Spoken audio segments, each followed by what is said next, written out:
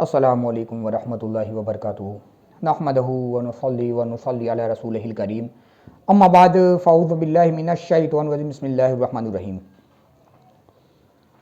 درس نمبر 430 12/7 سورہ مائدہ آیت نمبر 89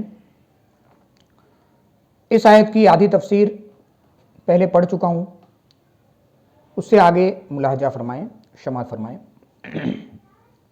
اے ایمان والو، اپنی فراست ایمانی سے کام لو اور اپنی قسموں کا خیال رکھو۔ ہر بات میں قسم نہ کھاؤ، بلکہ جہاں تک ہو سکے اس سے بچتے رہو، بشرطے کہ اس میں تمہارا نقصان نہ ہو۔ اگر نقصان ہوتا دیکھو یا قسم کھا کر پھر پچھتاتے ہو کہ قسم نہ کھانے میں بھلائی تھی، تو اب خانس ہو کر کفارہ ادا کر دو، جیسے یمین منعقدہ کا کفارہ ہوتا ہے۔ مثلا کسی نے ترک فرائض کی قسم کھائی یا کسی گناہ کے ارتکاب کی قسم کھائی، تو اس میں لازم ہے کہ ایسے امور کے لیے خانس ہو کر کفارہ ادا کرے، یعنی گناہ نہ کرے اور کفارہ ادا کر دے وغیرہ وغیرہ۔ ذہن نشین رہے کہ بعض صورتیں ایسی ہیں جن میں خانس ہونا ہی افضل ہے۔ مثلا کسی مسلمان سے گفتگو ترک کرنے کی قسم کھائے تو اسے چاہیے کہ اس سے گفتگو کر کے کفارہ ادا کر دے۔ ان کے علاوہ باقی صورتوں یعنی مباحات یعنی گھمنڈ میں قسم کھا لے تو خانس نہ ہو اور اپنی قسم کو محفوظ رکھے۔ ایمان والو، رب کریم کی کرم فرمائی تو دیکھو کہ جس طرح اس نے قسم کا کفارہ عجیب و دل نشین انداز میں صاف صاف بیان فرما دیا، اس طرح یعنی بالکل اسی طرح بیان فرما دے اللہ تعالیٰ تمہارے لیے اپنی آیتوں یعنی اپنے دین کی نشانیوں اور اس کے احکام و مسائل کو، تاکہ اللہ تعالیٰ کے بیان کردہ احکام کو آسان کرنے پر کہیں تم شکر گزار ہو جاؤ اور اس کی نعمت کا شکر کرو۔ اے ایمان والو، نبی کریم کی زبان مبارک سے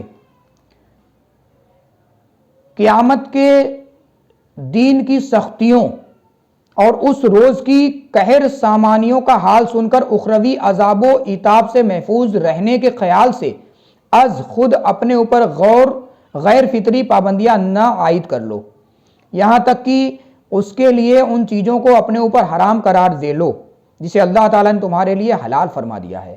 غور کرو کہ اللہ تعالیٰ خود تم پر بے حد رحم و کریم ہے، اسی لیے اخروی نجات اور دارین کی صلاح و فلاح کے لیے جن جن باتوں کی انجام دہی ضروری ہے، یوں ہر جن باتوں سے اپنے کو بچانا لازمی ہے، اس رحیم و کریم نے خود ہی اپنے رسول کریم کے ذریعے ان تمام امور کو ظاہر فرما دیا ہے۔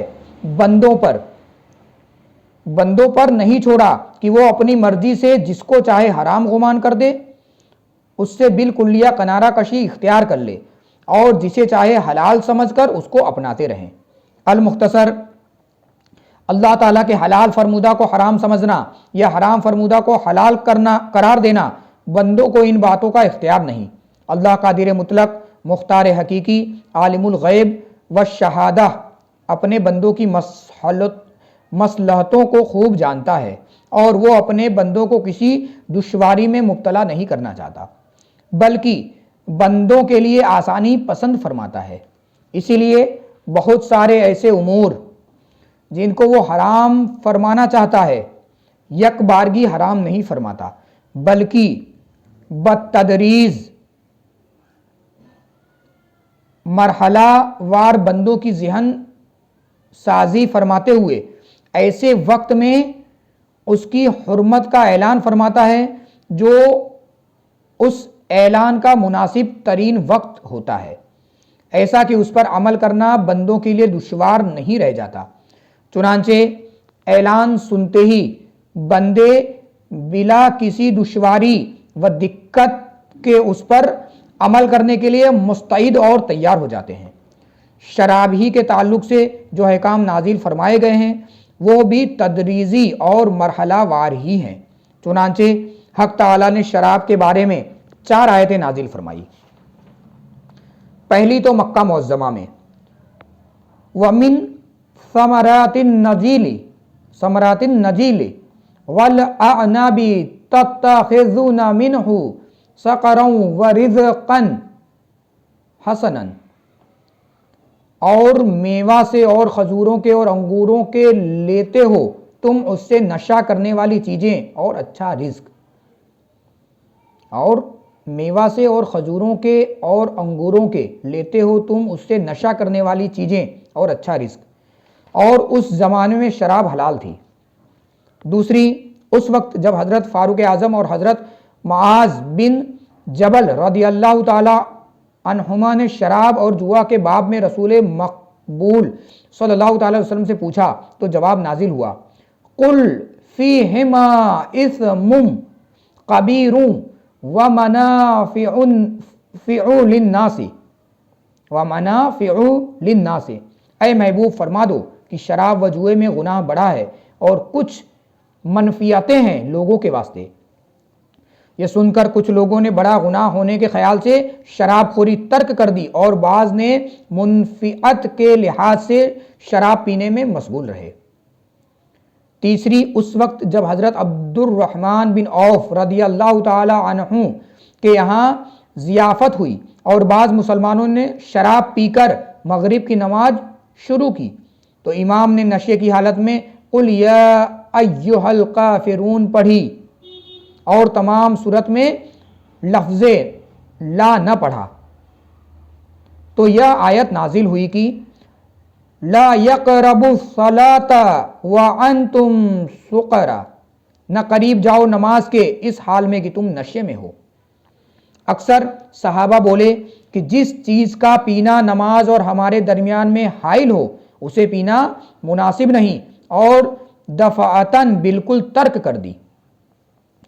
چوتھی، اس زمانے میں جب عتبان بن مالک نے ضیافت کی اور بعض مسلمانوں کو کہ سعد ابن وقاص رضی اللہ تعالی عنہ بھی ان میں تھے مہمان بلایا، کھانے کے بعد شراب کا دور ہوا اور مستی کی حالت میں سعد بن وقاص رضی اللہ عنہ نے ایک شعر جس میں انصار کی حزب تھا پڑھا۔ اہل مجلس میں سے ایک نے حضرت سعد کو اونٹ کی ہڈی مار کر زخمی کر دیا۔ حضرت سعد کی اس بات کی شکایت رسول مقبول صلی اللہ تعالی وسلم کی مجلس عالی میں بیان کی۔ اس پر حضرت فاروق اعظم نے دعا کی، اللہم بینا لما فی الجمر بیانم شافیم، اے اللہ بیان فرما دے ہمارے واسطے شراب کے باب میں بیان شافی، اے اللہ بیان فرما دے ہمارے واسطے شراب کے باب میں بیان شافی۔ تو یہ آیت تحریم نازل ہوئی۔ دوران درس پڑھنے میں کسی طرح کی کوئی لغزش، کوئی خطا، کوئی غلطی ہوئی ہو تو میں اللہ رب العزت کی بارگاہ میں توبہ کرتا ہوں، معافی مانگتا ہوں، اللہ رب العزت قبول فرمائے۔ صلو علی الحبیب صلی اللہ تعالی علی محمد صلی اللہ علیہ وسلم۔